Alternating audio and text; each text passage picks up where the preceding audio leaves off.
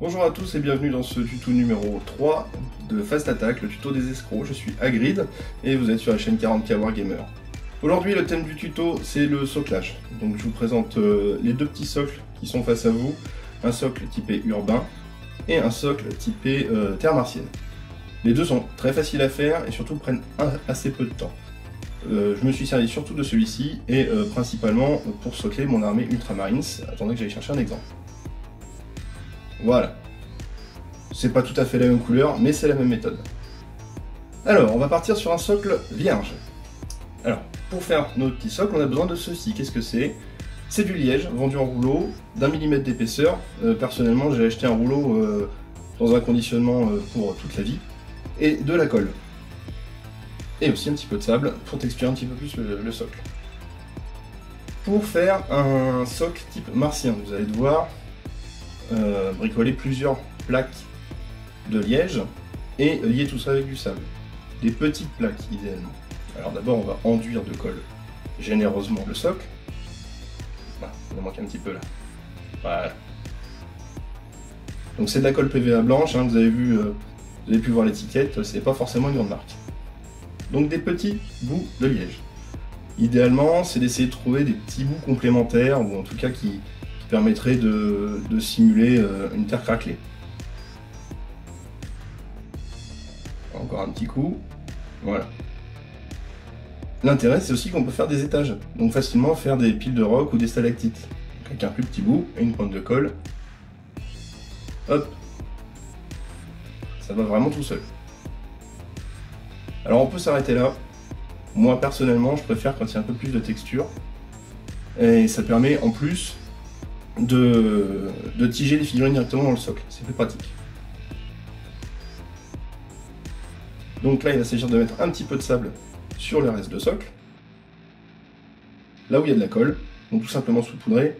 Là j'utilise un petit sac parce que ma boîte à sable fait à peu près 2 kg, donc pour le besoin du tuto c'était plus simple de mettre ça dans un petit sac et de saupoudrer.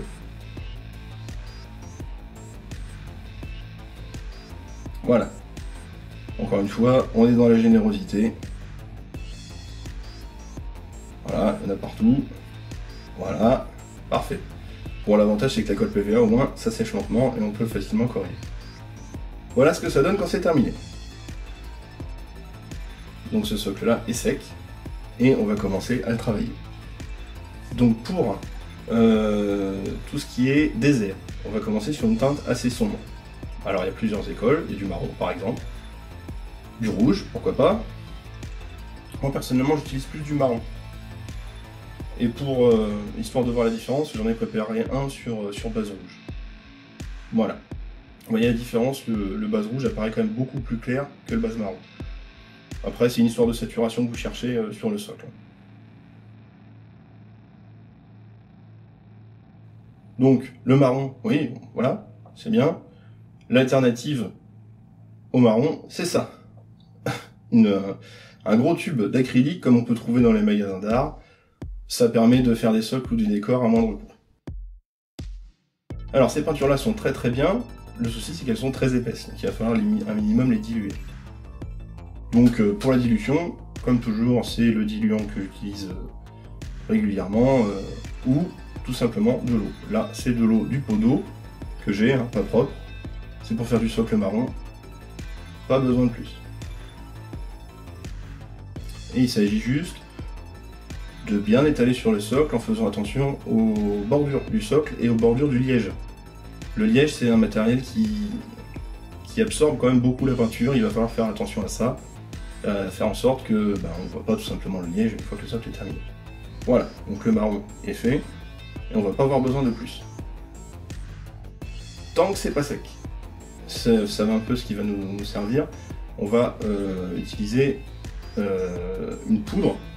La poudre orange là que vous voyez, vous allez voir la petite astuce.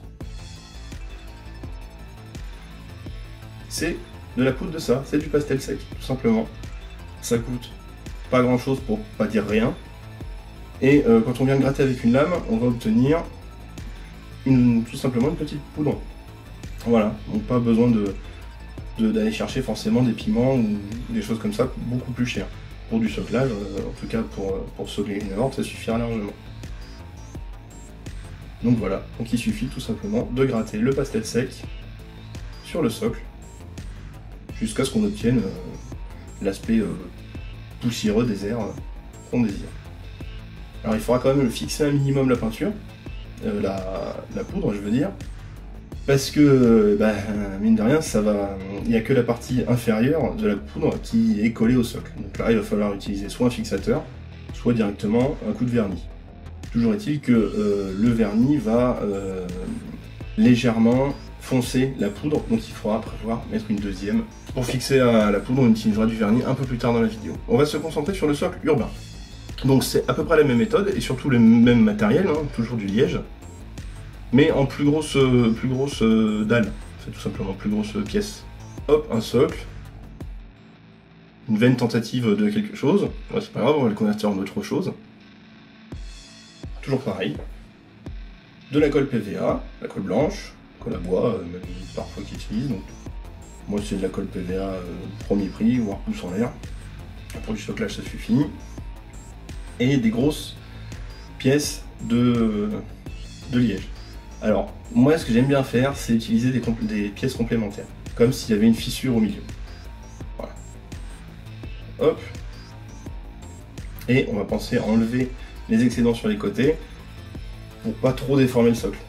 Si vous jouez dans un monde un peu compétitif, il faut éviter d'avoir des pièces de liège qui dépassent de 2 cm du socle. On va mettre encore de quoi texturer, donc là, un bout de trombone pour faire du fer à béton. Tout simplement. Donc un bout de trombone un peu plié, hop, dans la fissure, ça fera un bout de fer à béton plutôt convaincant. Et puis par-dessus, on pourra encore une fois mettre un peu de sable pour texturer un petit peu plus les côtés, soit en gravat, soit en bout tout simplement. L'effet sur le socle changera en fonction du sable que vous utilisez. Là, c'est un mélange sable très fin et quelques petits cailloux, il n'y a pas besoin de plus. Si vous mettez des plus gros cailloux, il va falloir soit prévoir des plus grands socles, soit prévoir un autre type de décor. Là, je mets deux petits points de super glue parce qu'il y a des endroits en fait où je voudrais que ça reste sur la surface pour avoir un peu de gravat, un peu plus de texture sur la surface du socle. Donc du coup, la super glue séchant très rapidement, on va avoir 2 petits points de sable propre sur ce qui sera plus tard notre béton. Voilà, on va qui fait. Donc là, encore une fois, il va falloir que ça sèche. Donc du coup, j'avais prévu le coup. Il est déjà sous-couché en noir. Donc en noir, c'est parce qu'on va travailler principalement en brossage. Alors, avec un petit gris, donc quel qu'il soit, ici c'est le graphite de Scale 75, le Mechanicus Grey de Citadel fera aussi l'affaire, ou n'importe quelle teinte de gris, tant que ça reste un gris plutôt moyen. Donc sur cette sous-couche noire, on va faire un brossage. Sur celui qui est sur la vidéo, je l'ai travaillé à l'aérographe. Ça donne pas tout à fait la même texture. C'est suivant ce que vous voulez. Donc là, il s'agit juste de faire un brossage sans trop faire dans la finesse. Pour le gris, il n'y a pas besoin de plus. Et comme j'ai pas bien dilué ma peinture, ça a fait des traits. Et à la limite, c'est pas très grave, on va les utiliser tout simplement pour apporter un peu de nuance dans le socle. Faut bien penser à brosser tous les endroits de ce qui sera bétonné. Hein, voilà. Voilà, donc une partie béton assez facilement faite, mine de rien pour l'instant. Donc voilà, maintenant qu'on a tartiné le gris, on va devoir reprendre un petit peu là où il est censé y avoir de la terre ou de la poussière entre les dalles de béton. Donc on reprend le même marron que tout à l'heure. Moi le marron ça me va bien, ça me paraît cohérent pour de la terre, donc il s'agit juste d'en mettre un petit peu sur les bords. Voilà. Et dans la fissure. Rien de difficile à faire, il s'agit juste de tamponner. Voilà.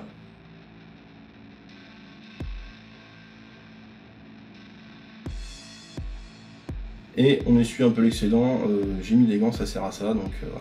Si j'ai un peu dépassé, c'est pas grave, peut facilement rattraper ça sans trop se prendre la tête. Voilà. Ici j'ai dépassé, donc là voilà, je tamponne un petit peu pour enlever. Il reste du marron, c'est pas grave. On va voir plus tard comment on peut rattraper ça et surtout comment on va utiliser des pigments pour camoufler tout ça.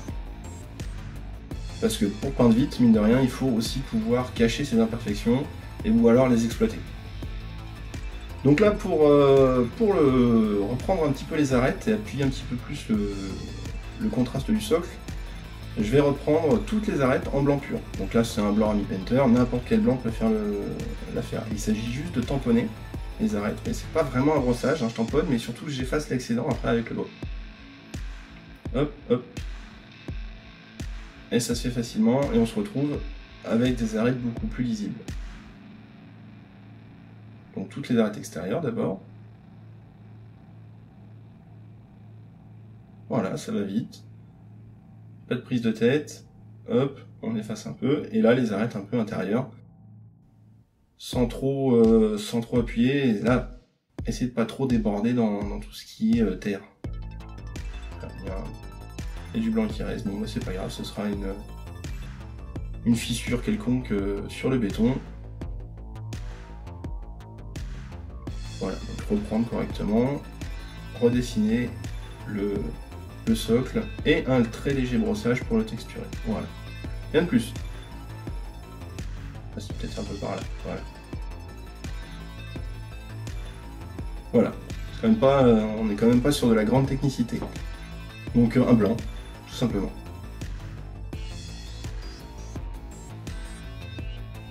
Donc maintenant qu'on a fait tout ça, eh ben, on va passer à l'effet brûlé, poussiéreux, terre, tout ça, grâce à des pigments.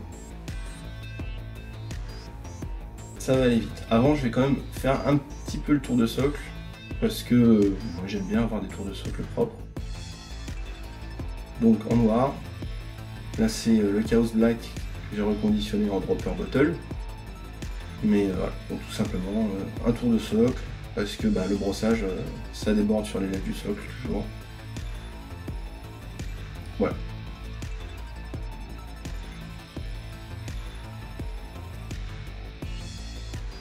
Alors, niveau pigment. Pigment noir, peu importe la marque, là c'est du MIG. Moi j'aime bien ce qu'ils font, le conditionnement est plutôt économique, il y en a d'autres. Stuff World pour un petit peu de orange, le light orange oxyde, on peut utiliser du rouge si on veut pour apporter un peu de teinte différente. Ça c'est le Light Brown Earth de Green Stuff World, c'est le pigment que j'utilise principalement pour faire des taches de terre ou de boue. Voilà, rien besoin de plus pour l'instant. Une palette à pigments, ouais, c'est pas bien rangé, c'est pas bien propre, mais c'est pas grave. Et un peu d'alcool, tout simplement, parce que on peut appliquer le pigment à l'eau, mais à l'alcool c'est plus sympa parce que ça s'évapore beaucoup plus vite. Donc là je le mets dans l'alvéole où il y a déjà du Light Brown Earth, c'est le même, hein. Il n'y a pas de tricherie. Voilà, donc j'en sors un petit peu pour vous montrer que c'est bien le même. Voilà. C'est ces trois alvéoles là qui servent à faire du Light Brown Earth, tout simplement. Et là il y a beaucoup de diluant, beaucoup d'alcool pour obtenir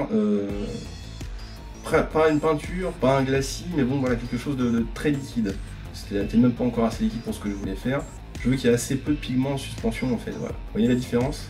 Là c'était moyennement dilué et sur le pouce c'est très dilué. C'est ça que je veux pour obtenir un effet boue plus discret. En tout cas au niveau de la fissure. Il s'agit juste de tamponner. Voilà. Et quand l'alcool se sera évaporé, on ne verra plus rien, quasiment. Voilà. Donc là, maintenant je prends un peu plus de pigment là, sur les bords de l'alvéole et du coup j'obtiens plus une pâte pour rehausser un petit peu les endroits où il y a de la boue en fait en bordure de socle, tout simplement. Voilà, rien de besoin de plus et vous voyez ça commence déjà à sécher, même sur le gant déjà, hein. L'alcool s'évapore très très vite et du coup on se retrouve avec quasiment le pigment seul sur le socle. Alors pour apporter un petit peu plus de couleur, qu'est-ce qu'on peut utiliser? Là j'ai mis du noir ou de la rouille. On va commencer par la rouille, tiens. Donc là, il s'agit d'utiliser sèche. Les pigments sont absolument secs, sans alcool, pour avoir un effet vraiment poussière.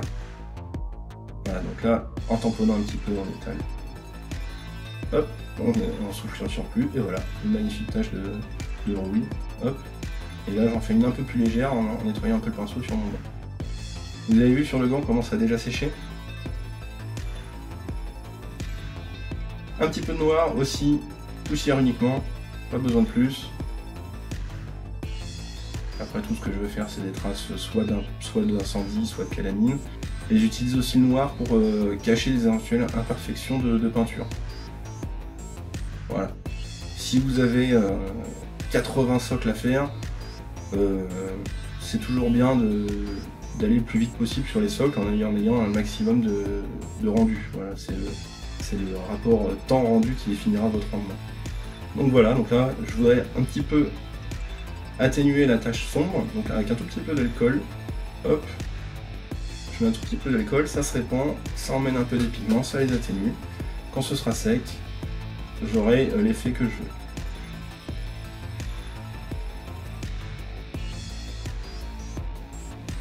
C'est très facile à faire, hein. Il n'y a vraiment pas grand chose à faire. Un socle qui raconte déjà un petit peu une histoire et qui définit un univers, même une figurine moyennement peinte ressortira très bien sur le socle. Hein. Si vous avez une figurine qui est très bien peinte sur un socle moyen, voire naze, ben, ça fait pas le même effet, c'est pas pareil.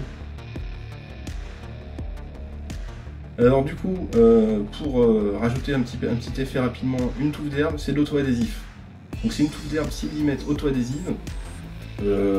C'est auto-adhésif comme pas du tout, hein, tout simplement. Moi je rajoute toujours de la colle. Donc je vais la mettre dans la fissure parce que c'est là que c'est le plus cohérent. Après tout, s'il y a bien un petit pouce dans la fissure du béton, c'est pas mal. Un point de colle en dessous. Et pousser dedans avec la pince. Voilà. Et hop. Voilà, la touffe d'herbe est posée. La dernière étape, ça va être tout simplement de fixer les pigments. Donc pour fixer les pigments, il y a plusieurs options.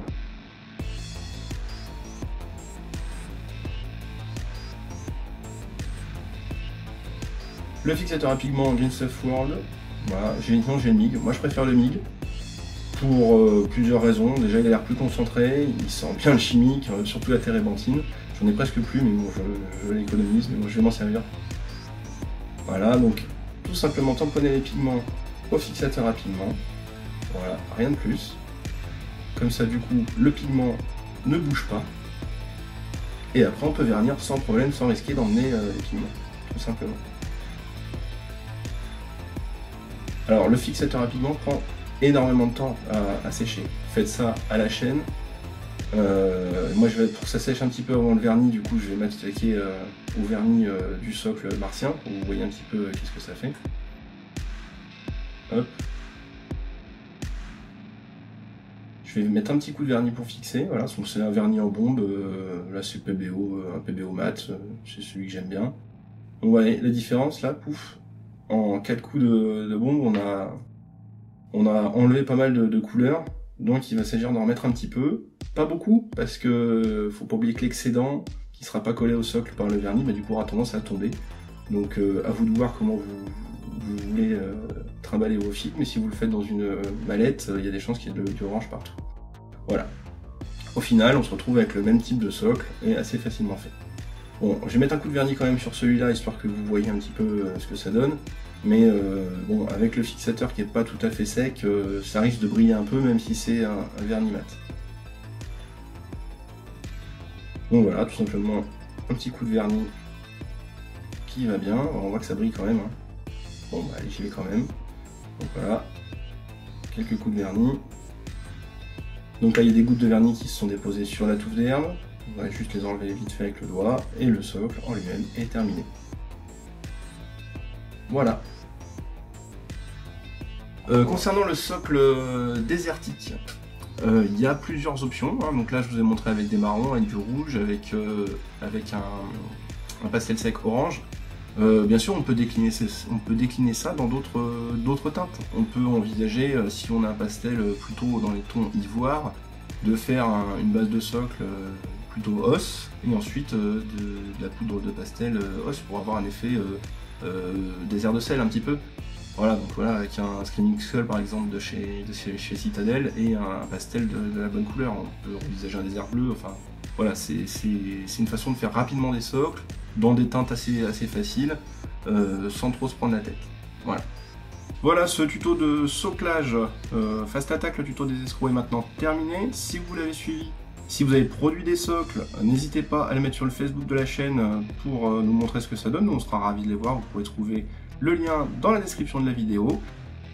N'hésitez pas à liker la vidéo, n'hésitez pas non plus à vous abonner à la chaîne et à partager autour de vous.